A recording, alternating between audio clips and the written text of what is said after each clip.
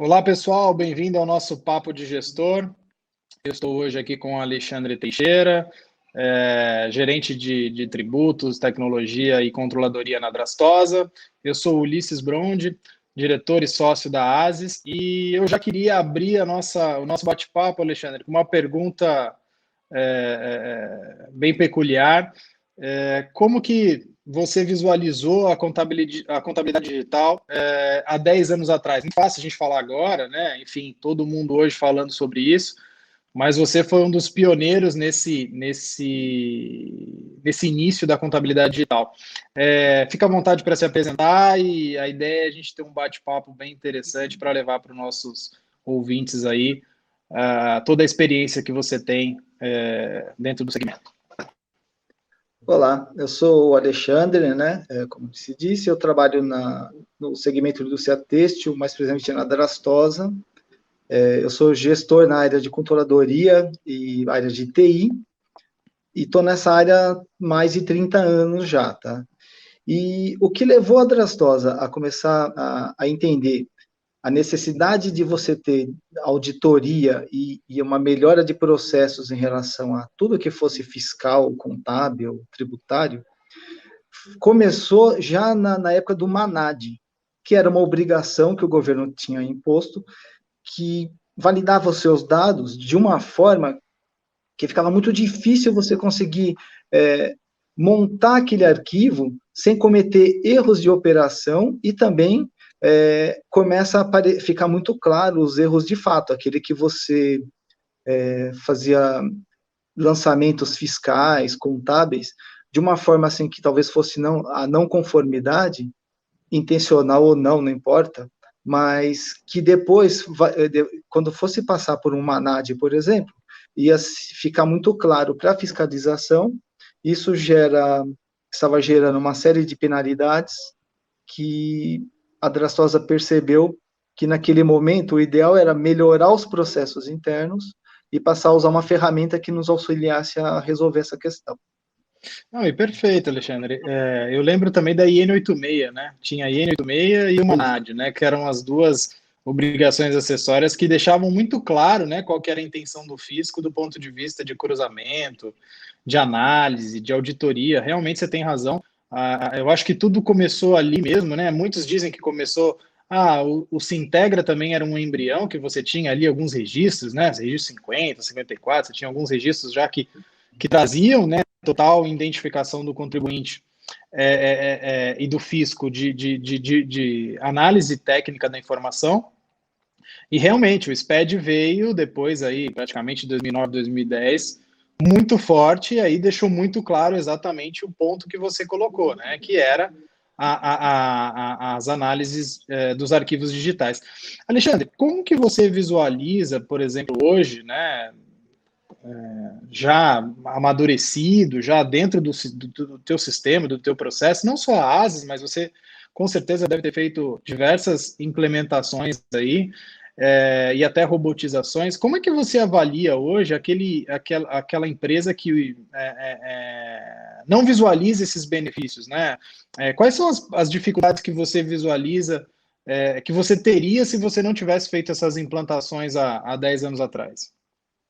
Olha, é muito claro para quem, igual você falou lá no começo, agora que já aconteceu, que está feito, para quem olha de fora é muito claro que usar uma ferramenta que nos auxiliasse era uma questão assim primordial. Quem não utiliza uma ferramenta dessa, eu entendo que você tem duas situações. A primeira, você tem problemas fiscais que você sequer sabe que eles existem. Porque humanamente impossível você olhar hoje a parte fiscal de qualquer empresa, não importa o tamanho, e falar assim, eu tenho certeza absoluta que está tudo certo. Não dá.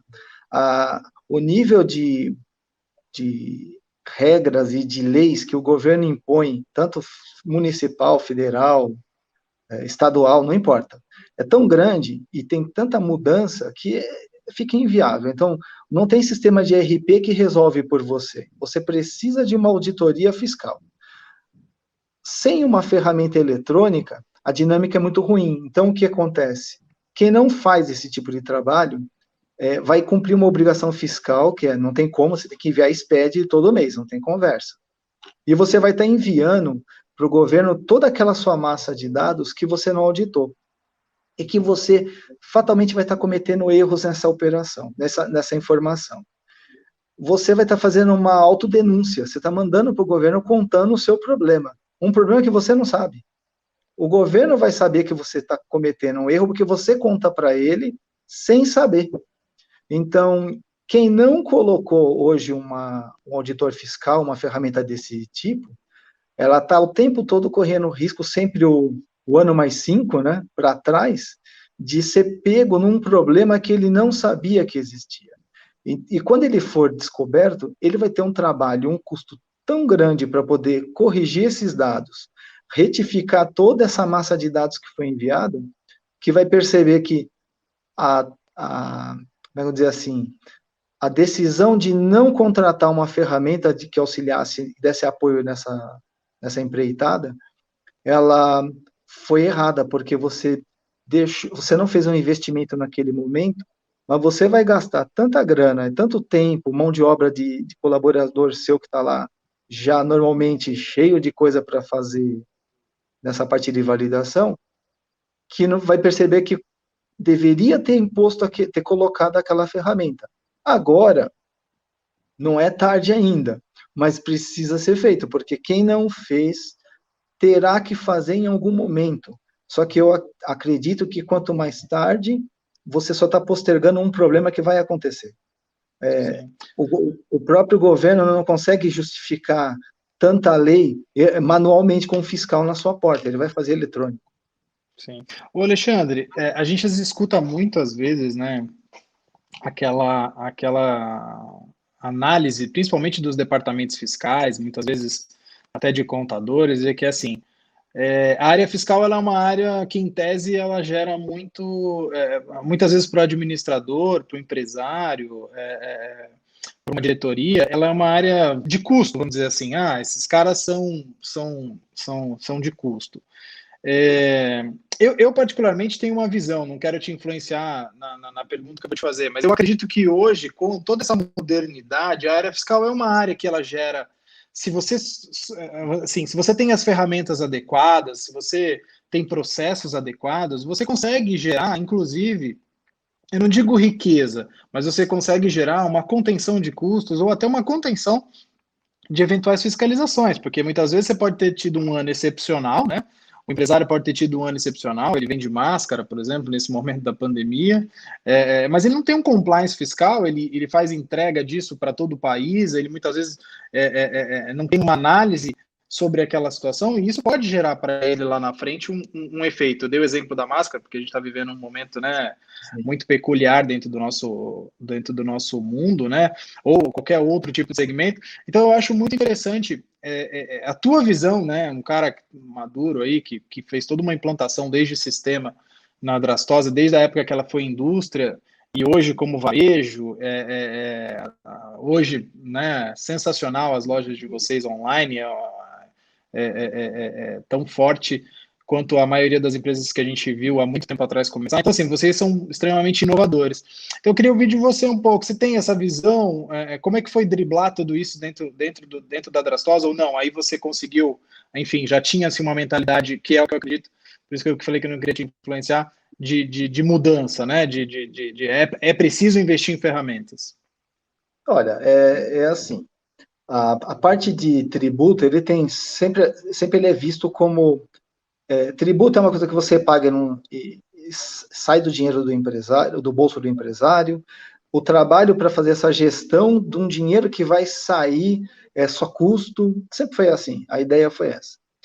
Nós tivemos uma forma de demonstrar para nossa diretoria que nem sempre isso é uma realidade. Porque existem algumas formas, vou te dar um exemplo. Um benefício fiscal para quem fabrica a máscara em São Paulo e fatura para os hospitais do SUS. Aí vamos inventar que o governo criou um subsídio. Olha, esse cara não vai ter ICE. Pronto. Então, mas como é que eu, empresário, fico sabendo dessa informação? Eu não fico sabendo. Eu quero produzir. O meu core business é produzir máscara. Aí meu pessoal fiscal está lá fazendo o quê? Está gerando nota fiscal e faturando o mais rápido possível para atender a demanda. E pronto. E assim vai acontecer. Eu vou tirar a nota fiscal, vou gerar com ICM, eu vou fazer aquele negócio todo. Aí, se eu tenho uma ferramenta, ela de cara já ia dizer para mim, esse produto tem benefício fiscal, porque esse NCM para entrega para esse UF tem um benefício fiscal.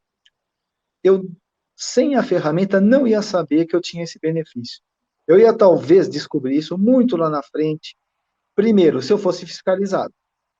Se eu não fosse fiscalizado, sequer eu ia saber. Que eu ia enviar o SPED para o governo e eu ia mandar lá o imposto. Se eu não for fiscalizado eletronicamente no SPED que eu enviei, ia passar batido. Então, vamos dizer assim, eu posso ter deixado de me beneficiar de 10% de resultado no meu faturamento, porque simplesmente eu não sabia que eu tinha esse benefício. Na Então, verdade, você deixa de ser só, a ferramenta ela deixa de ser só um vetor de problemas, né? Porque ela também tem um lado de geração de benefício, né? É bem esse lado que você está trazendo. E eu também concordo com você. Eu acho que hoje, às vezes, você pode estar comprando um produto com o IPI do seu fornecedor maior, porque ele não tem uma gestão fiscal e compliance, e esse valor está embutido no valor total da nota, e você está pagando por aquilo. Né? Independente se você está tomando crédito, primeiro, você está tomando o crédito errado, segundo, você está pagando com um custo maior do que efetivamente você deveria estar pagando. Então, essa tua ótica, para mim, eu concordo demais com isso, acho que faz super sentido, e tira um pouco essa visão de que um sistema de auditoria ele só vai te trazer problema. Não, na verdade, ele pode trazer benefício. Aí depende muito da ótica e de como você quer visualizar, mais ou menos isso que você está dizendo, né? isso, e é assim, é evidente que num primeiro momento a auditoria fiscal acaba apontando mais problemas do que benefícios, tá? Porque provavelmente você está errando uma série de situações do seu dia a dia que você nem sabia. Então, a auditoria no primeiro momento vai te mostrar um baque, que o cara vai olhar um resultado e vai falar, putz, eu estou cheio de problema aqui.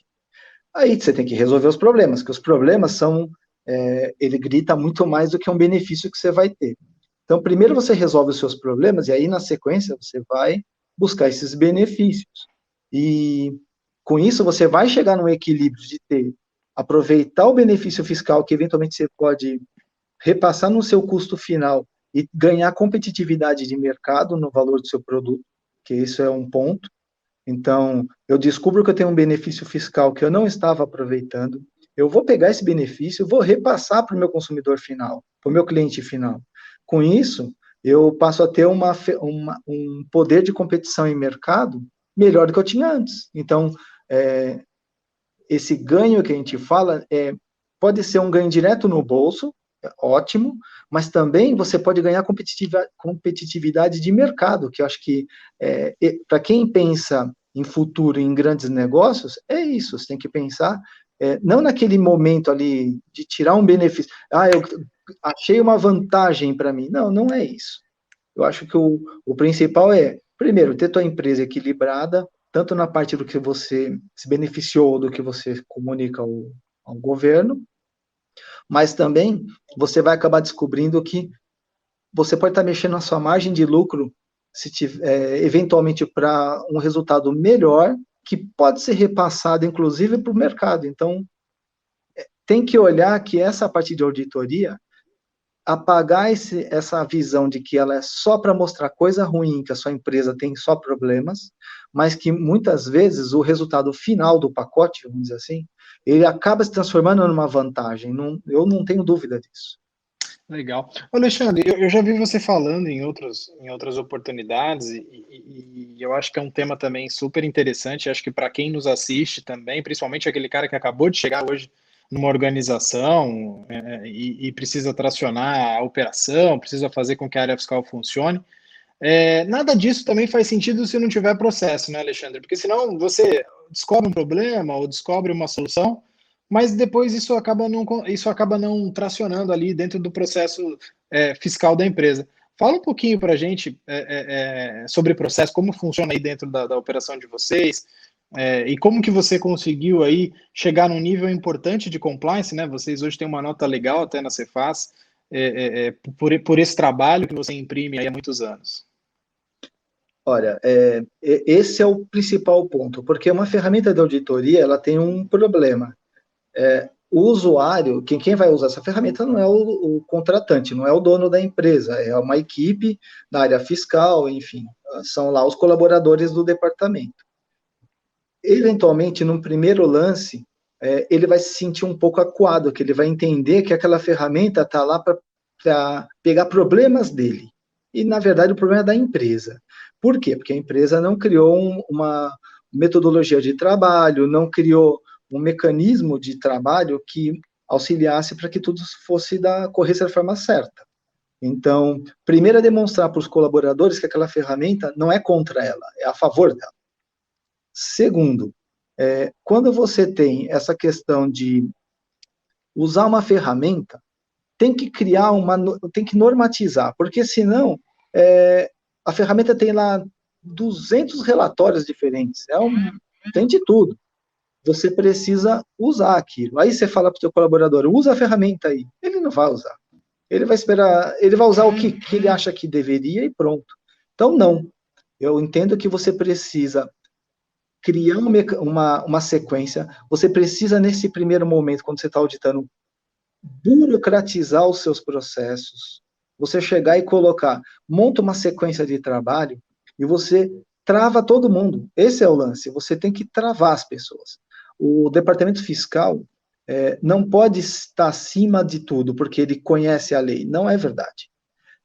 O que tem que ter é um mecanismo de trabalho para atender uma legislação. Ou seja, você pegou a ferramenta, validou, a auditoria vai te passar, olha, isso daqui está errado, isso está certo. Você vai descobrir qual a melhor prática, você vai impor esta prática e vai fazer uma forma burocrática para que essa imposição seja cumprida. Naturalmente, vai começar a dar certo. E aí as pessoas que estavam se sentindo acuadas vão perceber que aquilo ali está resolvendo o problema dela que ia vir para frente. Ele achava que o problema era a lei. Não é. Era o processo interno que estava errado. Você trava, né, para criar vamos dizer assim, um roteiro, né, e posteriormente que esse roteiro ele começa a funcionar, aí você solta, porque habitualmente as pessoas já entenderam que aquilo é bom, né, e aí você começa a colher os resultados. Eu concordo plenamente, se você em dado momento não criar um processo rígido, né, é o que você falou, você começa a ter desvios até por falta de informação, né? Porque eu acredito que isso pode me expor. Não está te expondo, na verdade está trazendo para você uma oportunidade de você corrigir o teu processo. E uma coisa muito importante, que acho que esse é um ponto muito importante, tá? Nas empresas, você tem 2 departamentos que são considerados o departamento chato, o problema. É o de TI e o de parte fiscal. Esses 2 departamentos, Perfeito. eles têm essa... Mas o porquê disso? Porque o cara, normalmente, a equipe de TI não entende nada de fiscal, e o cara do fiscal não entende nada de TI. No caso da Drastosa, vamos dizer assim, não existe uma receita única, mas a nossa receita foi que o departamento de TI foi preparado e treinado para entender de parte fiscal, mas não só superficial, mas entendendo a essência. Então, todos os colaboradores nossos que trabalham na área de TI foram preparados para entender a parte fiscal, para poder responder à demanda que o departamento fiscal ia pedir. Então, tanto que hoje houve uma inversão. O departamento de TI, ele hoje, na Drastosa, na hierarquia, ele está acima do setor fiscal, acima da contabilidade. Porque depois que ele foi preparado e foi treinado para ser um especialista na área de fiscal, ele aprendeu como configurar o sistema de ERP da empresa, por exemplo, que é quem emite a nota fiscal, para atender a demanda das leis. Como é que ele ia configurar correto se ele apenas respondia o que o fiscal mandava? O fiscal falava, olha, põe lá o CNAE e o CFOP tal para nota fiscal. Ele falava, tudo bem. E aquilo ia gerando um problema que ele fica tão grande que ninguém mais vai enxergar, ninguém vai entender. Então, nós fomos na essência, falou, olha, o pessoal do TI tem que entender a parte fiscal. Eles entenderam. Então, quando eu vou fazer uma configuração de sistema de ERP, eu faço com base fiscal, atendo o que o fiscal fala, mas eu vou entender o que o fiscal está falando vou analisar o resultado da ferramenta de auditoria eletrônica para poder colocar isso em prática. Então, essa transformação foi essencial. E o pessoal de fiscal também teve que entender que o sistema de informática para funcionar, ele tem que ser configurado e cadastrado certo. Então, se você cadastrar um produto, você precisa cadastrar o produto com o NCM correto e o estado com a regra certa para o CFLP. Se você der essa informação errada, não adianta depois você querer culpar a área de TI ou culpar a lei, o governo, todo mundo é culpado. Na verdade, não. Faltou um procedimento interno para você validar os dados da sua empresa, fazer o input de dados no sistema de RP, o sistema de RP entender o que você está falando, e este conjunto já começa, a largada já está certa, você já gera o dado com o mínimo de erros possível, e depois você vê os ajustes. É isso. Sim. Perfeito. Alexandre, para finalizar e para a gente terminar esse bate-papo que foi excelente, eu sempre comento aqui dentro da Asis e quando eu estou em clientes que você é uma referência aí, tanto na criação do processo dentro da operação de vocês, como também em termos de compliance. E o que você diria para aquele gestor que está assumindo agora uma operação, aquele cara que acabou de chegar numa empresa, ou aquele contador que acabou de receber um cliente novo, e não sabe, enfim, qual que é o status fiscal daquela operação? Qual que seria a tua dica aí? Ou para aquele cara que agora assistiu o vídeo e falou, poxa, eu realmente preciso começar a sair do operacional e olhar de uma maneira mais estratégica. O que você diria para esse cara que está começando depois desse nosso bate-papo, a pensar de uma maneira diferente? Eu acho que o primeiro passo para você que está iniciando, que está entrando, assumindo uma função desse tipo, primeiro você precisa sanear a base de dados da sua empresa. Você tem que sanear de ponta a ponta. Todos os cadastros têm que estar perfeitos. Você já vai eliminar um monte de problema. Como é que você faz saneamento? Você vai pegar seu cadastro de produto, passa numa ferramenta de auditoria para ver se você está com o cadastro correto. A parte de NCM, que muita gente acha que antigamente se colocava NCM 9999, lá, outros. Isso aí é onde começa o seu grande problema. Então, não. Você precisa sanear os seus cadastros, sanear o cadastro de clientes, de fornecedores. Você precisa validar se cada um desses seus clientes e fornecedores estão habilitados no Sintegra, para você não cometer o erro de comprar mercadoria de um cara que está inativado ou vender para um cara que não deveria. Então, tudo isso parte da base, da essência. Então, a primeira coisa que eu faria, era contratar, sim, uma auditoria, repassar todos os meus cadastros, tanto de fornecedor, clientes e produtos, de ponta, serviços, de ponta a ponta. Feito esse saneamento, eu ia validar toda a minha massa de dados que eu já tenho gerada, e, em conjunto com o pessoal de TI, eu ia querer revisar toda a parte de cadastros, de configurações do sistema de RP para geração de nota fiscal e geração de obrigações fiscais. Eu acho que esse é o primeiro momento, que é aquele mais complexo, que é validação. E feito isso, eu montaria um caminho que seria qual seria o manual de procedimentos para que fosse burocratizado todo esse processo e seguir sempre a mesma regra. Não dá para deixar a regra de cadastro ou de sequência de trabalho na mão de cada departamento, porque cada um pensa diferente. Então, você, como gestor, precisa entender todos os departamentos envolvidos, montar um cronograma de trabalho, montar a cronologia do trabalho, e você, num primeiro momento, precisa, sim, impor o que você está falando. Você vai impor e vai demonstrar os resultados com a própria ferramenta de auditoria, que ela vai começar a dar menos erros. Então, você vai estar demonstrando que aquilo que você falou, o que você está aplicando, está no caminho certo. E aí, com isso, você vai trazendo as pessoas para o seu lado. Então, para o seu lado e, por consequência, ao lado da empresa, porque o principal foco de tudo isso é fazer com que a empresa funcione da forma correta. Acho que é isso. Ou seja, a gente pode resumir em diagnosticar o problema, né? e depois automaticamente implantar as correções para que lá na frente todo mundo entenda que era necessário fazer isso, e a ferramenta de auditoria eletrônica ela acaba sendo, sim, um grande facilitador de tudo isso. Alexandre, primeiro te agradecer por esse bate-papo, te agradecer pelo tempo, né, que você conseguiu arrumar aí dentro das suas obrigações. Vocês estão todos de home office? Como é que está a operação aí? Parte home office, parte em casa, parte no trabalho, desculpa. 80% home office. Legal. Então, 80%. 20% dentro da empresa. Isso. Legal.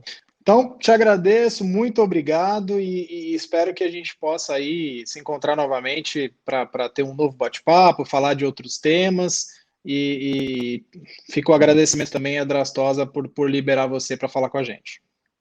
Eu que agradeço, eu acho que isso enriquece para todos nós e estou à disposição sempre que precisar. Um grande abraço para você. Grande abraço, gente. Obrigado. Vocês vão ter um novo papo com o gestor no máximo nos próximos dias, e a ideia é essa, trazer sempre novidades, trazer pessoas interessantes, que efetivamente tenham um grande currículo e que possam agregar dentro do dia a dia de vocês. Obrigado, pessoal. Grande abraço. O que faz da Asis a primeira tech stack da América Latina? A primeira regra é: você precisa começar como uma startup, pensar de maneira disruptiva e propor ao mercado novas possibilidades. A Asis nasceu assim em 2009, fruto do olhar crítico de jovens profissionais que pensaram em como solucionar os desafios do SPED. Somado a isso, enquanto as tradicionais empresas de consultoria ofereciam uma arriscada auditoria por amostragem, a Asis inovava, lançando o primeiro auditor digital SPED que analisava detalhadamente cada documento fiscal. A partir daí, a Asis passou a trilhar um caminho onde alta tecnologia e experiência consultiva andam lado a lado, propondo uma experiência simples, assertiva, que chegaria a poupar milhares de horas de trabalho e milhões de riscos tributários em centenas de clientes. Copiada, mas nunca igualada, a Asis evoluiu com o nível de exigência do mercado, se consolidando como a pioneira na aplicação de tecnologia em soluções que tradicionalmente eram realizadas por pessoas. Somente quem começou como uma startup 100% focada consegue inovar continuamente, lançar novas soluções e revolucionar ano após ano o mercado, pode ser a primeira tech stack da América Latina.